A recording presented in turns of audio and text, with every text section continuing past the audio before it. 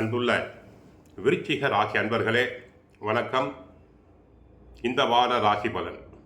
விருச்சிக ராசி அன்பர்களுக்கு 3ஆம் இடத்தில் தைரியஸ்தான முயற்சி ஸ்தானத்தில் சூரியன், செவ்வாய், புதன், சுக்கிரன் இணைவு. 4ஆம் இடத்தில் ராகு. அடுத்து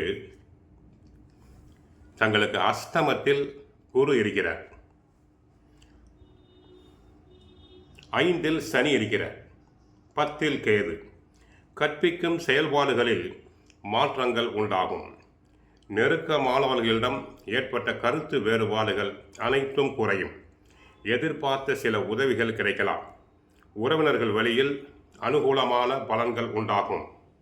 கணவன் மனைவியிடையே இருந்து வந்த கருத்து வேறுபாடுகள் மறைந்து ஒற்றுமை அதிகரிக்கும்.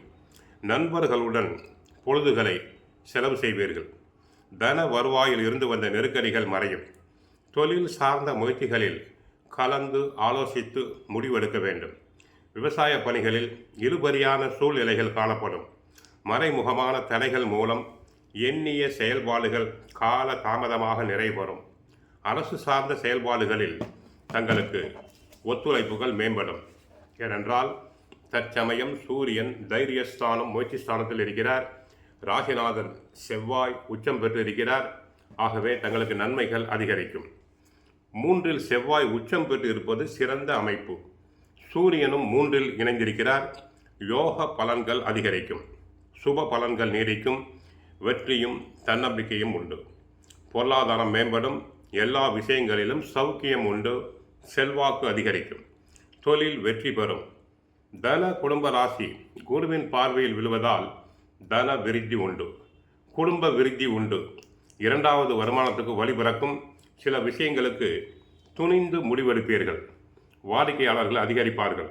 குருவின் ஸ்தான பலம் அஷ்டமஸ்தானமாக இருப்பதால் சில நேரங்களில் திடீர் தடைகளும் உண்டு. பிள்ளைகள் விஷயத்தில் மன கஷ்டம் உண்டு. ஆரோக்கிய குறைவால் திடீர் செலவுகள் ஏற்படலாம். புதிய பொறுப்புகளால் அலைச்சல் உண்டு.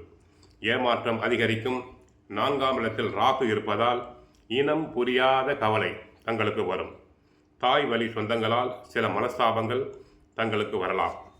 ஆகவே தங்களுக்கு பாதகமான கிரகங்கள் அஷ்டமத்தில் குரு. பணத்தினை வரவு செலவில் கவனமாக இருத்தல் வேண்டும். திட்டமிட்டு செலவு செய்தல் வேண்டும். வீணாக கடன் வாங்குதல் கூடாது. 5இல் சனி சரியில்லை. 4ஆம் இடத்தில் ராகு இருக்கிறார். வண்டி வாகனத்தில் செல்லும் போது கவனமாக செல்லுதல் வேண்டும். கோவிலுக்கு சென்றால் முருகனை வழிபடுங்கள். கந்த சஷ்டி பாராயணம் செய்யுங்கள்.